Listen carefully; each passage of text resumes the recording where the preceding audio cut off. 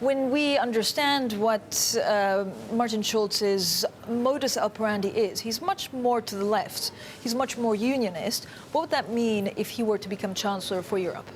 Well, first of all, I got to say it's it's one of my favorite topics when I talk to our clients, and the reason is because everyone is obviously focusing on the threat to the right in France, in the Netherlands, and I've been saying, and in Germany too, but I've been saying for quite a while, no, the real threat to Merkel is actually from the left. Now, and I think what comes out of here is very clearly he has now said that he wants to repeal parts of the so-called Agenda 2010, and he's clearly appealing to those male, white, blue-collar workers that Sebastian was speaking about earlier, and he wants to do something for them.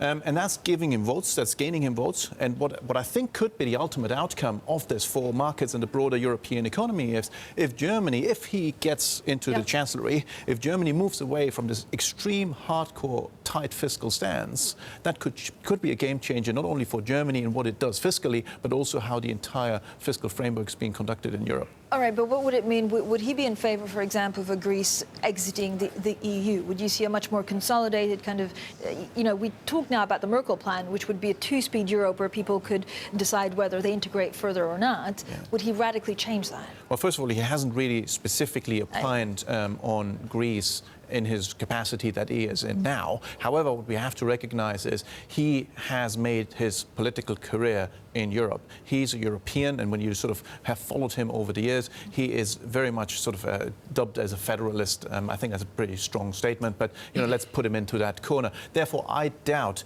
that he would be the guy who would be muscling or try to muscle other countries such as Greece out. I would be very, very doubtful about that. Sebastian, one of the great messages of Davos this year was nationalism. I haven't heard the word Brussels 3 times over the last 90 days. Where does Brussels fit into this mix? Well, I think, the initiative has moved back to the capitals. Yes. In the last period, during the crisis, there were these unprecedented challenges like Greece. And that was not something that, it was simply an implementation problem to be left to Brussels. That was a bigger political decision. And so the initiative flowed back to Berlin and so forth. I think we're still seeing that now. On what Peter was just saying, I would add that, I think it's good, actually, for Europe's cohesion if you get a more reflationary left-wing leader who is willing to, spend on infrastructure that Germany actually needs and drive faster growth, which is going to spill over into the rest of the Eurozone. So I'm actually viewing the prospect of Schulz as a plus for European cohesion.